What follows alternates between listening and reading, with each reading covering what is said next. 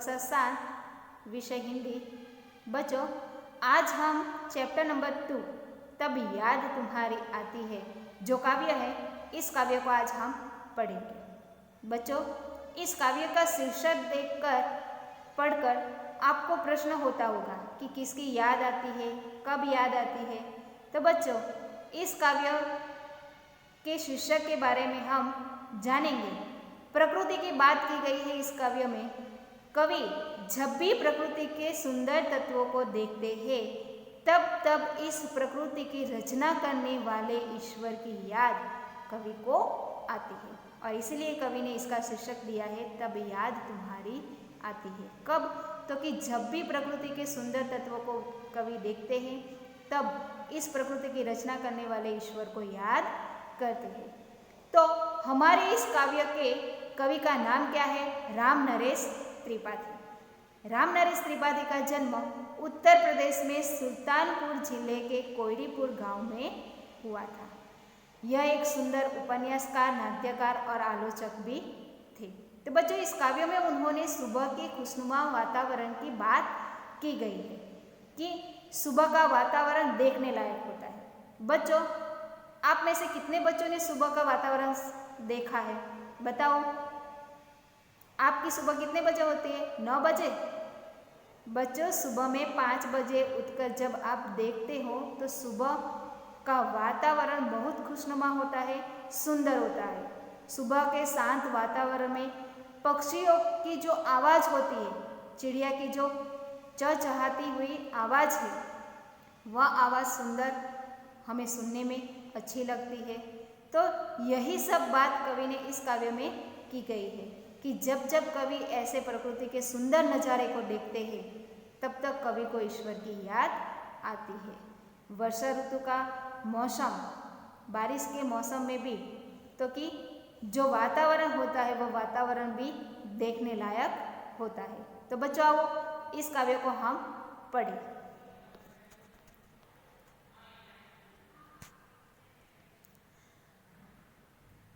जब बहुत सुबह चिड़िया उठकर कुछ गीत खुशी के गाती है, कलियां दरवाजे खोल खोल जब दुनिया पर मुस्काती है, खुशबू की लहरें जब घर से बाहर आ दौड़ लगाती है। तो बच्चों, यहाँ पर कवि ने क्या कहा है? तो कि जब बहुत सुबह चिड़िया उठकर, सुबह में चिड़िया सुबह में जल्दी उठ जाती है, बहुत सवेरे जब चिड़िया उठकर कुछ गीत खुशी के गाती है, यानी कि जब सुबह में चिड़िया चहचहाती है, चहचहाना यानी कि चिड़िया की आवाज़, तो कि सुबह में जब चिड़िया चहचहाने लगती है तो कवि को लगता है जैसे कि वह खुशी के गीत गा रही है। और ऐसे सुबह में चिड़िया को चहचहाते हुए देखकर कवि को किसकी याद आती है? तो कि ईश्वर की याद आती है, सृजनहार ईश्वर की याद आती है। कलियां दरवाजे खोल खोल जब दुनिया पर मुस्काती है। कलियां यानी कि कली, फूल खिलने से पहले जो कली होती है वह कली की बात की गई है कि जब कलियां अपने दरवाजे, दरवाजे मतलब पंखुड़ियाँ, कली की जो पंखुड़ियाँ खिलती है ना ऐसे, तो कलियां जब अपने दरवाजे, अपने पंखुड़ियाँ खोलकर जब वह फूल बनता है, जब फूल खिलता है तो मानो जैसे कि वह दुनिया पर मुस्कुराता है। फूल दुनिया पर मुस्कुरा रहा है कि सोई हुई दुनिया पर, और लोगों से कह रहा है कि सुबह हो गई है, आप भी सुबह उठ जाइए। और इसीलिए कवि कहते हैं कि जब कलियां अपनी पंखुड़ियां, अपने दरवाजे खोलकर जब फूल बनता है, जब फूल खिलता है, मानो वह सोई हुई दुनिया पर मुस्कुरा रहा है।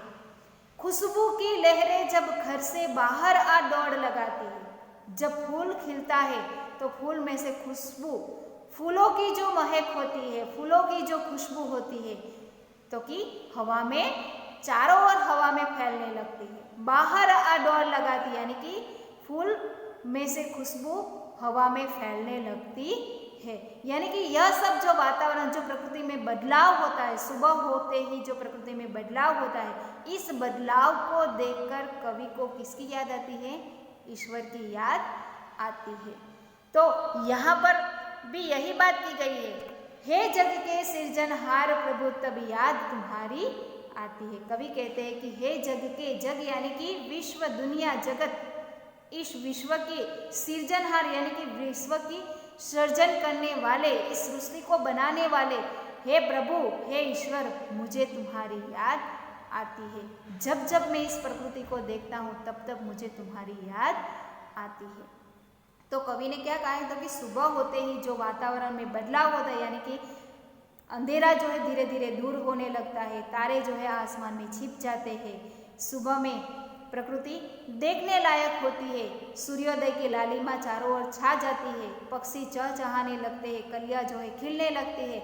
यह सब वातावरण को देखकर कवि ईश्वर को, सृजनहार ईश्वर को याद करने लगते हैं। सृजन है यानी कि रचना करने वाले, सर्जन करने वाले ईश्वर को याद करते हैं।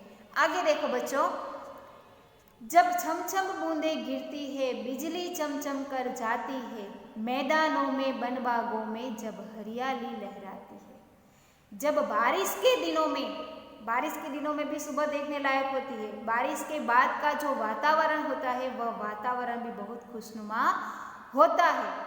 तो यहाँ पर कहते हैं जब बारिश में बूंदें छम छम करके गिरती है, पानी की बूंदों की आवाज़ आपने सुनी है, छम छम करके, तो कि जब पानी की बूंदें छम छम करके गिरती है और जब आसमान में बिजली चमचम कर जाती है, यानी कि आसमान में जो बिजली चमकती है, पानी की बूंदों की आवाज़ और आसमान में जो बिजली चमकती है, और मैदानों में, वन बागों में जब हरियाली लहराती है, बारिश के दिनों में जब खुले खुले मैदानों में हरी हरी घास उगती है और वनों और बागों में जब हरियाली ही हरियाली दिखाई देती है, तब भी कवि को ईश्वर की याद आती है। क्योंकि हम देखते हैं कि बारिश के दिनों में, बारिश के मौसम में, तो कि खुले मैदानों में जो हरी हरी घास उगने लगती है, चारों ओर जहाँ भी देखो वहाँ हरियाली हरियाली दिखाई देती है, और इस हरियाली को देखकर कवि को ईश्वर की याद आती है।